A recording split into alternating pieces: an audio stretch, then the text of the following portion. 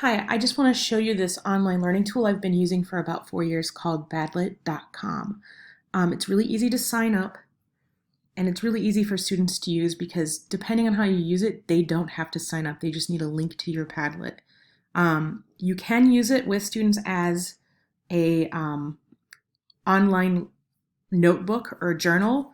I've done that a lot lately. When kids lose their notebooks, it's great because you really can't lose a website.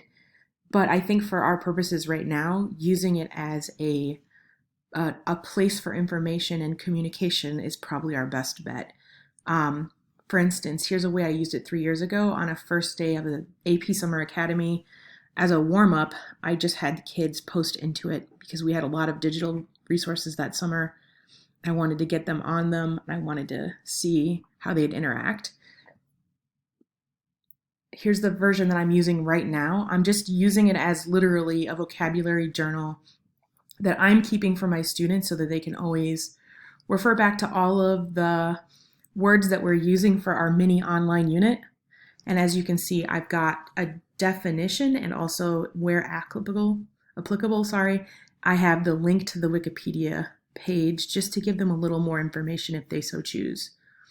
And it can be, you can also use it as a way of like asking a more difficult question, giving them an example, maybe some sentence starters, and then they can go ahead and post their own responses just by hitting this click button. How do they get here, you ask? Easy. You just go to share and you can get a QR code. You can copy a link to your clipboard. It's pretty easy to do. So I'll show you. If you get a QR code, pops up like that, you can copy and paste it. You can copy the link to your clipboard, you can email it, and it even has a share on Google Classroom feature, which is handy. All right. So how do you go about making a Padlet? It's pretty easy. You go to this pink tool here in the menu, you hit Make a Padlet. It gives you a lot of different options. I'm going to see about using it as back channel during the online portions of my class every day when we figure out how that looks.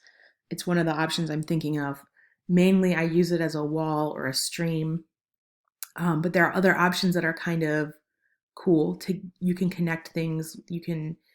I've made character interaction diagrams doing the canvas because you can put things anywhere you want on the screen and connect them with arrows. So go wild. There are many different ways for you to be able to use this. Maps, timelines.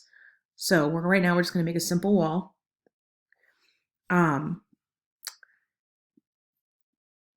You can call it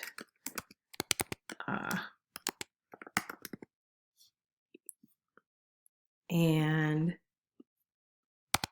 I generally put the question in the description.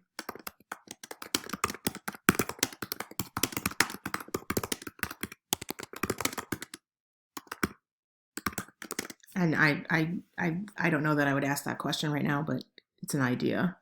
So you can literally just title it, add whatever the question is you want to add, and you can customize it with all kinds of different things. You can upload pictures. We're going to do cherry blossoms because it's spring. You can mess with the font. All that's great, but here are the really important things. So you can turn on attribution. It's probably a good idea. I often, when I first start using it, kids don't do a good job of putting their names on it. Allow viewers to comment on posts. It's a great way to get kids to interact with each other. For instance, you could put the assignment in Google Classroom that you want them to make a post and then comment on 2 other people's posts. And then these 2 are nice to require approval and filter profanity. I usually don't require approval. You may want to. Filter profanity is nice. Hopefully it doesn't need it to happen, but it kind of calls them out when they do it. All right. So you're all set. You're done. You're ready to start posting. And I just want to again just show you how to share that. You can copy a link, get a QR code, and say you have one that you want to remake with a different question. You can literally just, well, I have too many right now, but you can, it'll prompt you to remake the, take the different things that you've already put in terms of like parameters and make you a new Padlet. All right. And you can have like 20 or I have 20 or 30 of them. So you don't need to ever pay for it. I don't think. I've never had to. All right. Thanks.